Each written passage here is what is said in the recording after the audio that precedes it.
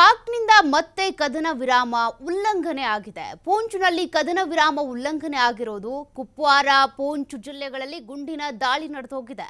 4ನೇ ದಿನವೂ ಕೂಡ ಪಾಕ್ ಕದನ ವಿರಾಮ ಉಲ್ಲಂಘನೆ ಆಗಿರೋದ್ರಿಂದ ಈಗ ಭಾರತೀಯ ಸೇನೆ ಮತ್ತಷ್ಟು ಸಜ್ಜಾಗಿದೆ.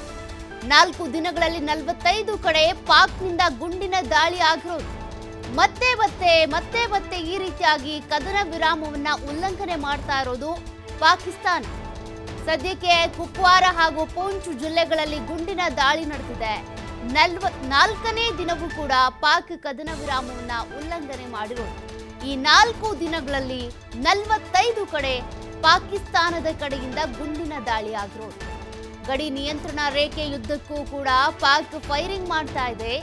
ಪಾಕ್ ಸೇನೆಗೆ ತಕ್ಕ ಉತ್ತರ ಕೊಟ್ಟಿದೆ ಭಾರತೀಯ ಸೇನೆ. LOCಯಲ್ಲಿ ಪಾಕ್ ಅಪ್ರಚೋದಿತ ಗುಂಡಿನ ದಾಳಿ ನಡೆದಿರೋದು. ಈ ರೀತಿಯಾಗಿ ಪದೇ ಗುಂಡಿನ ದಾಳಿ ಆಗ್ತಾ ಇದೆ. ಕದನ ವಿರಾಮವನ್ನು ಉಲ್ಲಂಘನೆ ಮಾಡ್ತಾ ಇದೆ ಪಾಕಿಸ್ತಾನ. ಹೀಗಾಗಿ ಪಾಕಿಸ್ತಾನಕ್ಕೆ ತಕ್ಕ ತಿರುಗೇಟನ್ನ ಕೊಡೋದಕ್ಕೆ ಅಂತ ಈಗ ಭಾರತೀಯ ಸೇನೆಯೂ ಕೂಡ ಸಜ್ಜಾಗಿದೆ.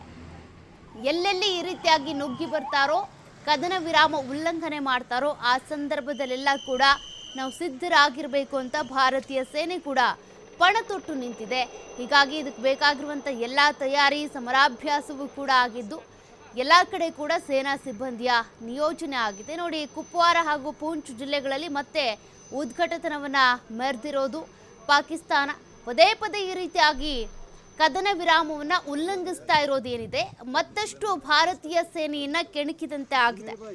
ಹೀಗಾಗಿ ಮತ್ತೆ ಈಗ ಭಾರತೀಯ ಸೇನೆ ಎಲ್ಲೆಲ್ಲಿ ಭದ್ರತಾ ಒಂದಷ್ಟು ವೈಫಲ್ಯ ಆಗುತ್ತೋ ಅಲ್ಲೆಲ್ಲ ಕೂಡ ಮತ್ತಷ್ಟು ಸೇನೆ ನಿಯೋಜನೆ ಮಾಡಬೇಕು ಅನ್ನುವಂಥ ಕಾರಣಕ್ಕೆ ಮತ್ತೆ ಗಡಿಯಲ್ಲೂ ಕೂಡ ಈ ರೀತಿಯಾಗಿ LOC ಯುದ್ಧಕ್ಕೂ ಕೂಡ ಇವರು ಪದೇ ಫೈರಿಂಗ್ ಮಾಡ್ತಾ ಇರೋದ್ರಿಂದ ಅದನ್ನ ಹೇಗೆ ತಡೆಗಟ್ಟಬೇಕು, ಅವ್ರನ್ನ ಹೇಗೆ ಹೆಡೆಮುರಿ ಕಟ್ಟಬೇಕು, ಅದಕ್ಕೆ ಸಂಬಂಧಪಟ್ಟಂತೆ ಈಗ ಸೇನೆ ಮತ್ತಷ್ಟು ತಯಾರಿಯನ್ನ ಮಾಡ್ಕೊಳ್ತಾ ಇದೆ.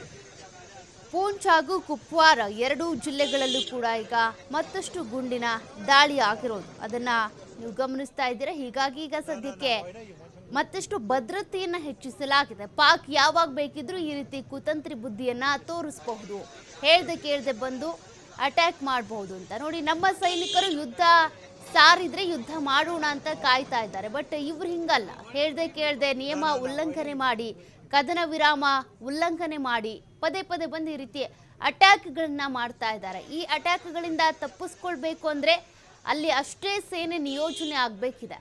ಹಾಗಾಗಿ ಈಗ ಎಲ್ಲ ಸೇನೆಯೂ ಕೂಡ ಮತ್ತಷ್ಟು ಅಲರ್ಟ್ ಆಗಿದೆ. ಯಾವಾಗ ಎಲ್ಲಿಂದ ಬೇಕಿದ್ರೂ ಪಾಕ್ನ ಉಗ್ರರ ರೀತಿಯಲ್ಲಿನೇ ಪಾಕಿಸ್ತಾನದ ಕಡೆಯಿಂದ ಕೂಡ ಮತ್ತೆ ಗುಂಡಿನ ದಾಳಿ ಆಗುತ್ತೆ ಅಂತ.